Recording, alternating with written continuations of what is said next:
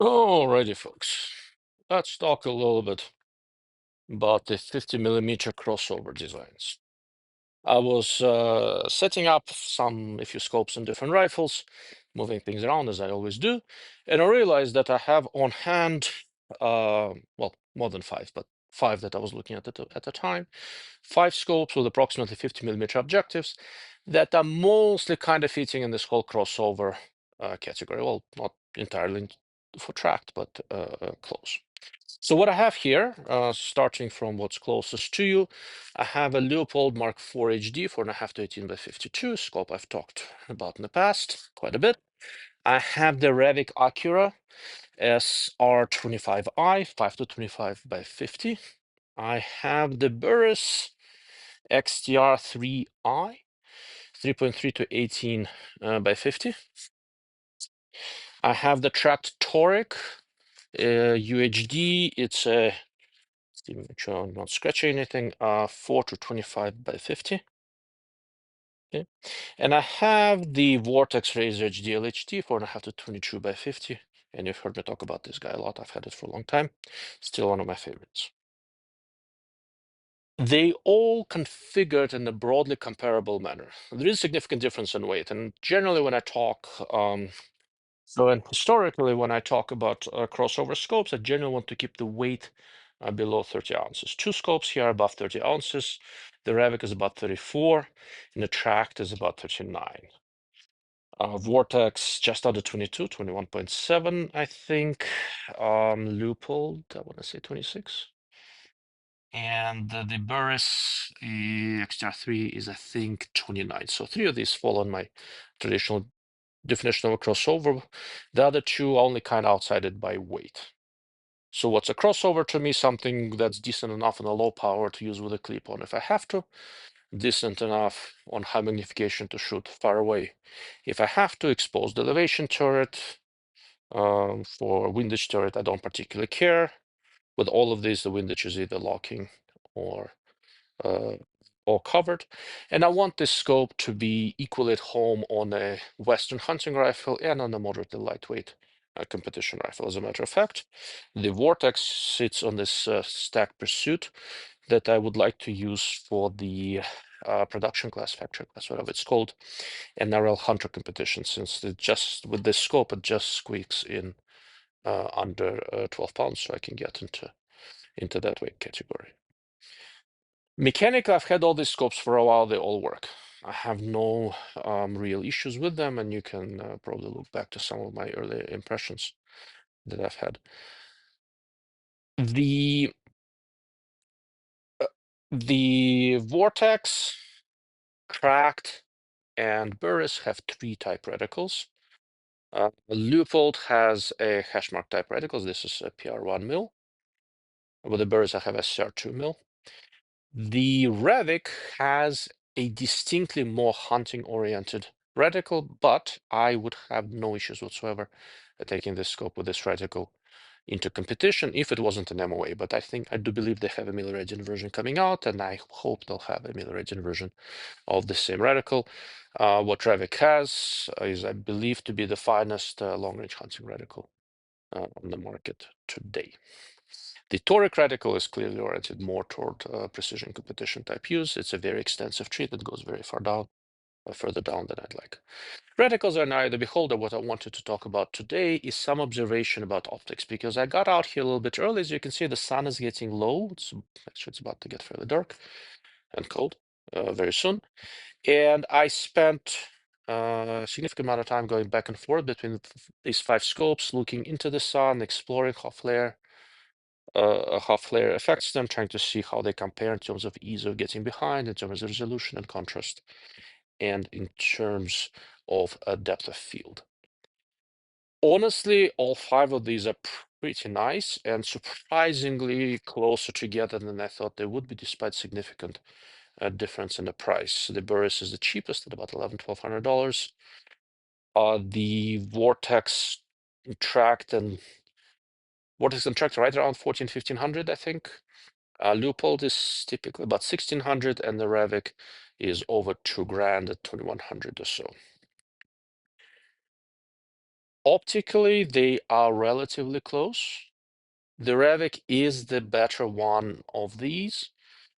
Tract is a clearly related design, same OEM. I know that they started life as a roughly comparable design, but they're clearly not identical.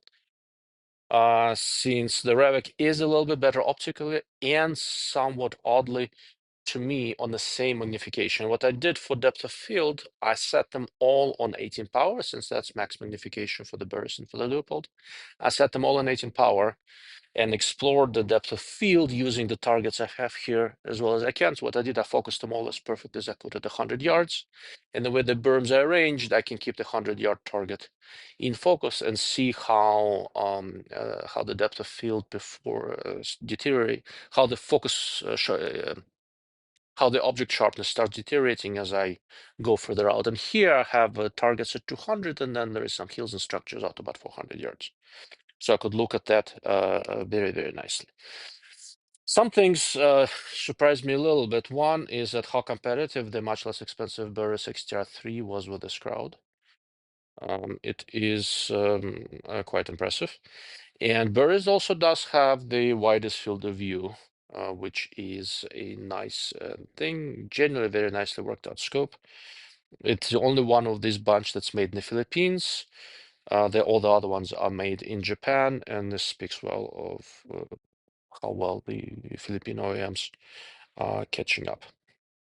In terms of center field performance, it is very, very close between them. I think the Vortex Razor, in terms of the center field resolution, kind of takes the cake by a small margin, but it does. Which is very impressive given how trim and light this thing is. And it's not, the most expensive one. Overall, the best scope optically here is the Revit. It maintains performance across the field of view better than the others, though to be fair, Burris does have a wider field of view.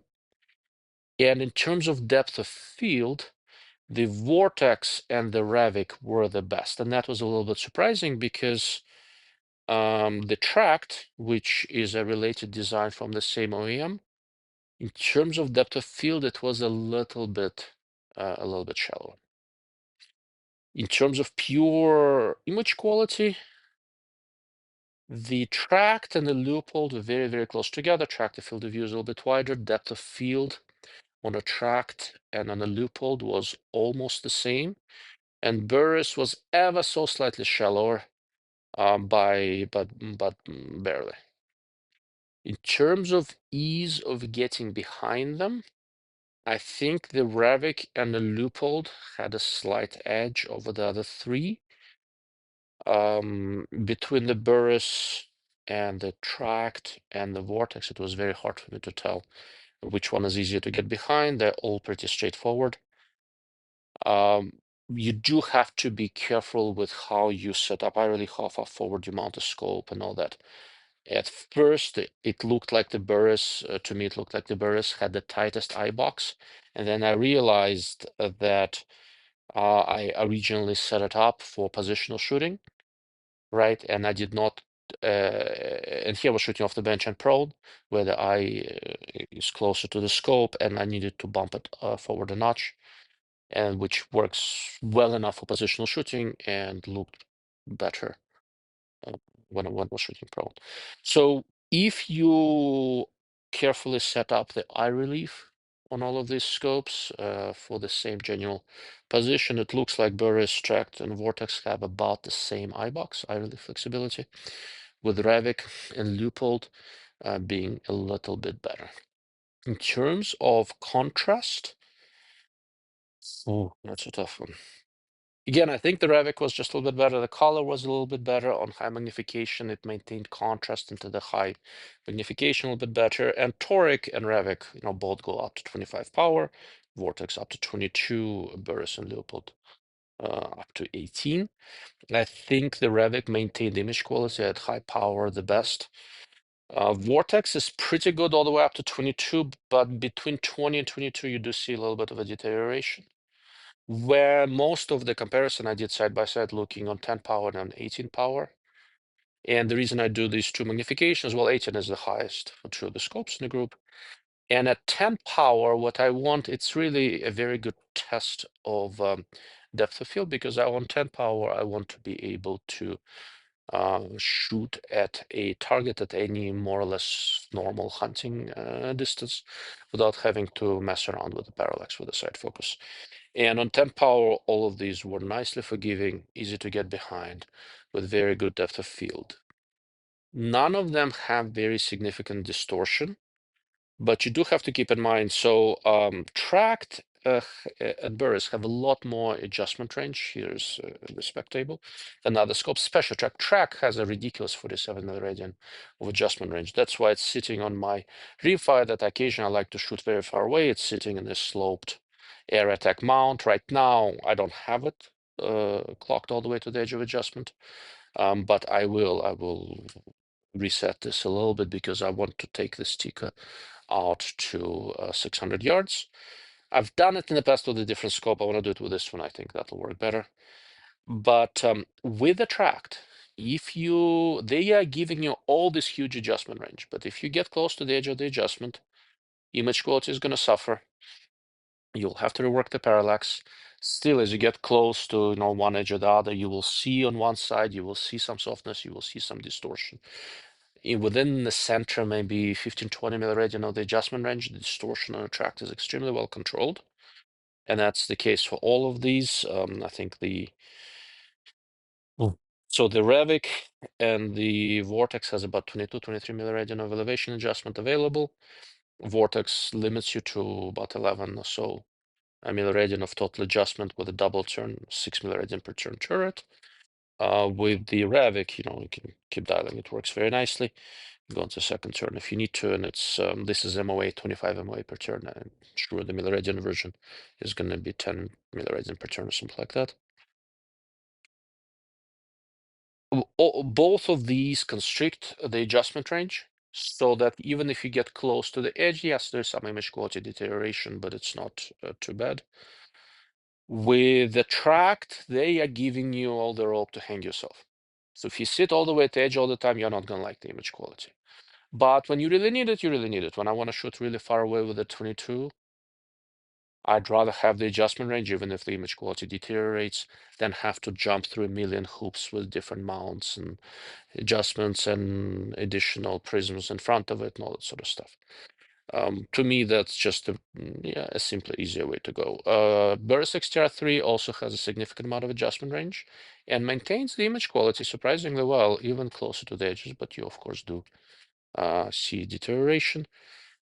Leopold, again, all scopes deteriorate as you get close to the adjustment range, but center field performance is maintained very, very well. And I have to admit that on all of these, even if you've dialed a fair bit, the center field performance remains quite nice, frankly, better than I thought it would be.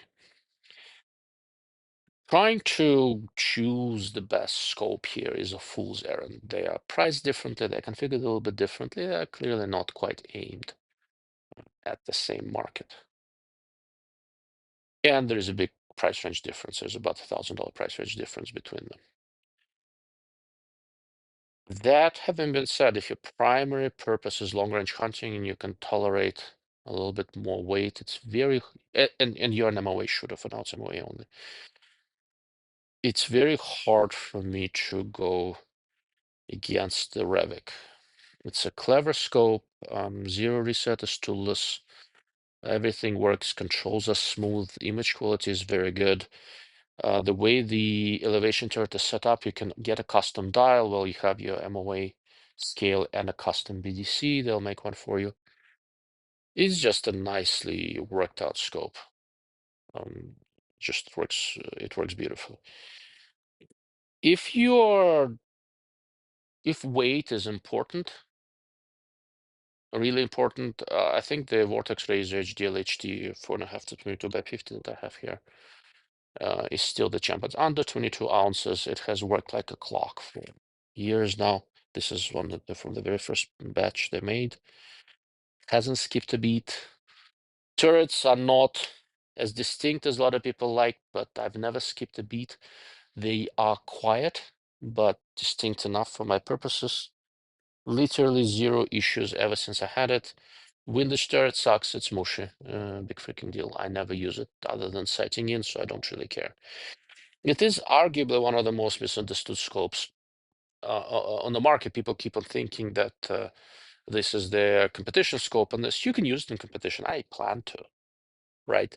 But the Vortex was designed first and foremost for a Western hunter, right? It is a rifle scope that you're supposed to put in a hunting rifle and use at any distance where you might find game in the Rocky Mountains or really anywhere out west. And the scope is going to be light and it's going to be reliable and it's going to give you a good image quality all the way into the most horrible lighting conditions that are sun setting that are about to start here. Okay. If you are looking to shoot ELR, rimfire or otherwise, toric is your best friend. Tracked, put in a huge amount of adjustment range into this thing. It has the regular locking turrets. The scope is heavy. It's 39 ounces. This is more than I would probably put in a hunting rifle. And the reticle on this one really tends to be on the thinner side. The Vortex reticle also has a trees a little bit more visible. The Burris trees to me looks a little bit bolder than the tracked. I will need to look at the actual dimensions and see, but visually side by side, the reticle on the Burris looks a little bit bolder, and the reticle on the Revic is very, very visible. Okay. Where does the loophole sit? Honestly, in the middle of everything. It's just a nice scope. It works well. I really, really, from the design standpoint, I really like how Leopold did this turret. It's relatively low profile. It has a zero stop and zero lock. I know people have been complaining about them, and that there's a little bit of slop in the turret, and there is, but not enough for me to miss a click, at least on this one. Maybe it's worse on others. And the PR1 mil reticle, if your battery has happened to die on low power, this is the most visible reticle. This is not a tree reticle, it's a mil hash reticle. It is nicely visible across the whole magnification range. This is a scope I used to shoot a pronghorn earlier this year. Zero complaints with it. It just does everything very, very well. It's just not the best in any one category, but it doesn't really have any real weaknesses that I can think of other than the field of view being relatively narrow. But again, the field of view in the Leupold and in the Vortex is exactly the same, right? The edge that Vortex has is that it does so at a lighter weight. That's pretty much it. These are 5 very capable scopes, and if you're trying to get the most performance for the money, you should be going for the Burris. It has no obvious weaknesses. The reticle is probably a little bit more than I'd want for hunting, but it works extremely well, and it is the cheapest one of the bunch.